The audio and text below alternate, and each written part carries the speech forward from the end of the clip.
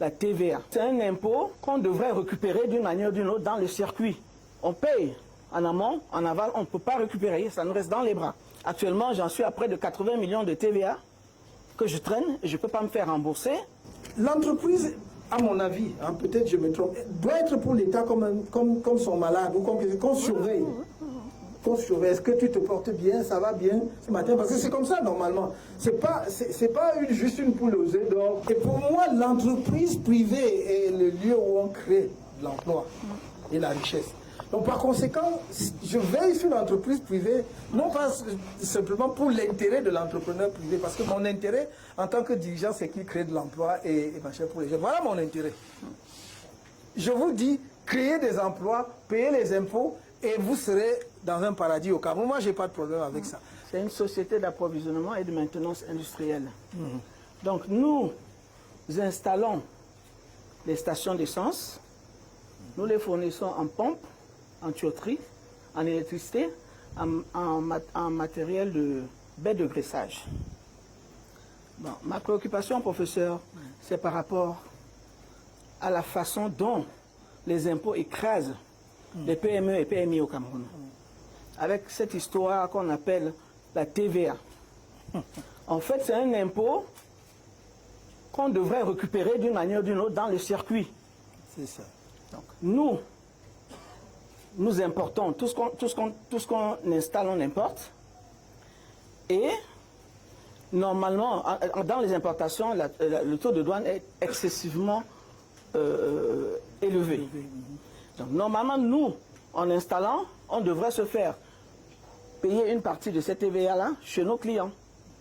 Notre problème, c'est que nous payons beaucoup de TVA en amont et en aval, tous nos clients sont des collecteurs d'impôts. Donc, du coup, on paye en amont, en aval, on ne peut pas récupérer, ça nous reste dans les bras. Actuellement, j'en suis à près de 80 millions de TVA que je traîne et je ne peux pas me faire rembourser. Et tout le monde sait comment ça marche dans ce pays. Quand tu demandes à te faire rembourser, quand bien même on a validé, il faut aller à Yaoundé et payer entre 10 et 30% pour se faire rembourser. Professeur, je ne sais pas comment est-ce que vous, dans votre vision, vous comptez résoudre ce problème. Est-ce qu'il n'existerait pas un mécanisme de compensation, genre, si on a validé ton crédit TVA, et si l'État n'a pas d'argent à te rembourser, que dans ta prochaine importation, qu'on puisse déduire tout simplement et que tu n'aies pas apporté encore, à payer encore, à continuer à payer indéfiniment. Oui, ça c'est le point 1. Et le point 2, professeur, dans les marchés parapublics, il y a cette histoire de RNP, Régulation de marché public, là. Donc, dans leur policy, quand tu fais un marché, ils te retiennent 10% de retenue de garantie qui te rembourse 1 an après la réalisation du marché. Est-ce que c'est normal? Ça fait que toute la marge que tu peux avoir rentre dans les frais financiers. 10% c'est énorme. Attends, tu fais un marché, tu importes, tu payes la douane, tu te fais pas rembourser, et tu finances, tu installes, et tu attends 1 an pour récupérer tes 10%. C'est énorme. Alors je ne sais pas comment est-ce que vous ferez pour nous aider, nous, les petites PME, PMI, pour sortir de cet engrenage. Voilà. Merci beaucoup, madame. Voilà pourquoi un tel échange est vraiment utile. Parce que, vous voyez, sur le premier point, en intervenant, vous avez indiqué vous-même une bonne piste de solution. Parce que si effectivement vous prélevez la TVA et que l'État doit vous reverser, parce que comme vous dites d'ailleurs à juste raison, la TVA est un impôt qui doit être supporté par le consommateur final. Donc quand on vous prélève, normalement, vous devez récupérer cela.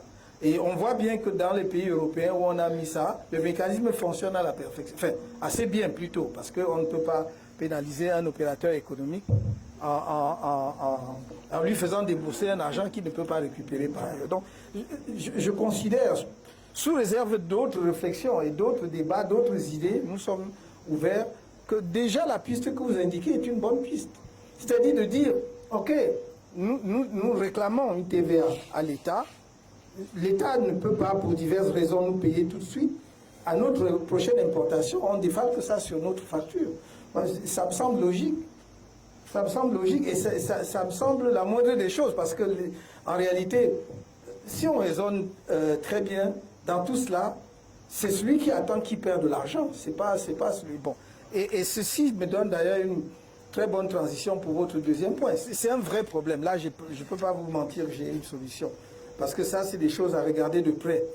Aussi, y compris avec l'agence en question. Je dois dire que je ne savais pas que ça mettait autant de temps.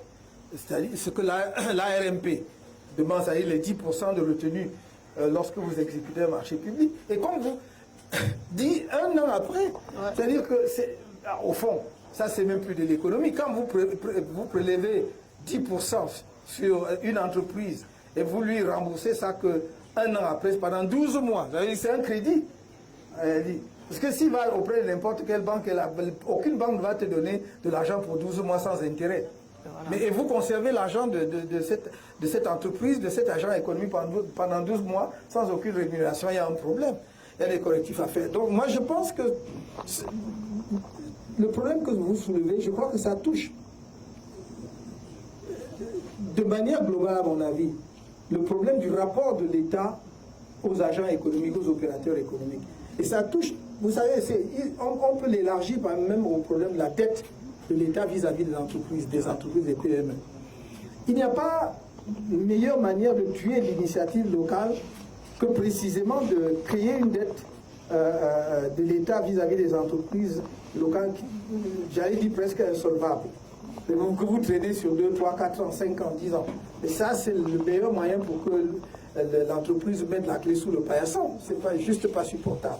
Donc ça, ce sont des choses qui doivent être revues vraiment de très près, y compris avec les experts. Et surtout, avec moi, je ne veux pas donner, encore une fois de plus, je ne suis pas là pour juger ce que les autres font pas. Je vais vous dire ce qu'on fera ensemble.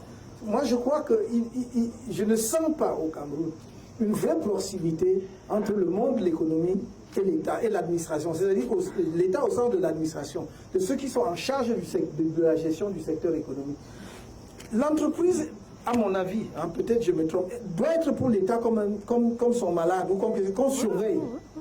Qu'on surveille. Est-ce que tu te portes bien, ça va bien ce matin? Parce que c'est comme ça normalement. C'est pas juste une poule aux œufs d'or où on vient prélever. Pourquoi je le dis? Peut-être que je suis dans une approche totalement différente. Moi, si je suis en politique, je vais vous dire une chose. Vraiment, au niveau où je suis rendu et tout ça, je suis en politique parce que je crois que avant de quitter cette terre, si j'en ai la chance, je peux faire quelque chose de bien pour mon pays. Parmi ces quelque chose de bien, c'est de voir, je souffre de voir les jeunes qui meurent sur les routes de l'exil. Des jeunes qui à 30, 40 ans sont encore chez eux, qui sont sans avenir. Et pour moi, l'entreprise privée est le lieu où on crée de l'emploi et la richesse. Donc par conséquent, je veille sur l'entreprise privée, non pas simplement pour l'intérêt de l'entrepreneur privé, parce que mon intérêt en tant que dirigeant, c'est qu'il crée de l'emploi et machin pour les jeunes. Voilà mon intérêt. Je vous dis, créez des emplois, payez les impôts, et vous serez dans un paradis au Cameroun. Moi, je n'ai pas de problème avec ça.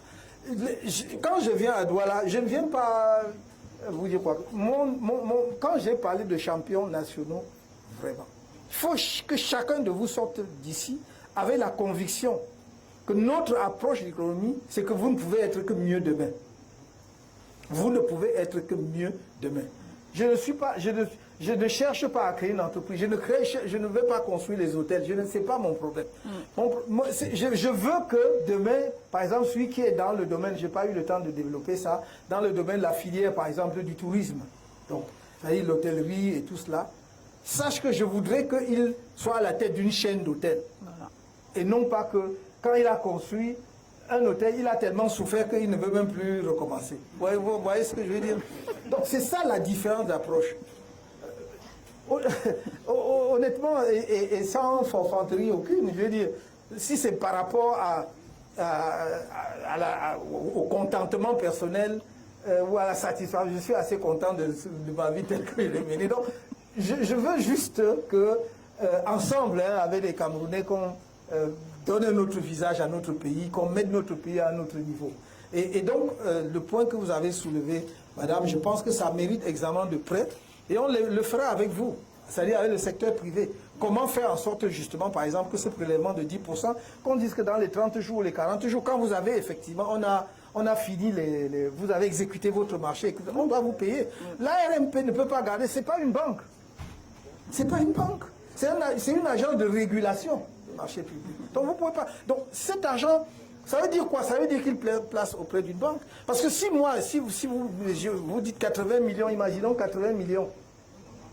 Mais si je paie auprès de n'importe quelle banque, même si c'est à 2%, je dis, hein, même si c'est à 2%, n'est-ce pas, ces 2% là, j'ai gagné, mais je peux croiser l'argent d'autrui.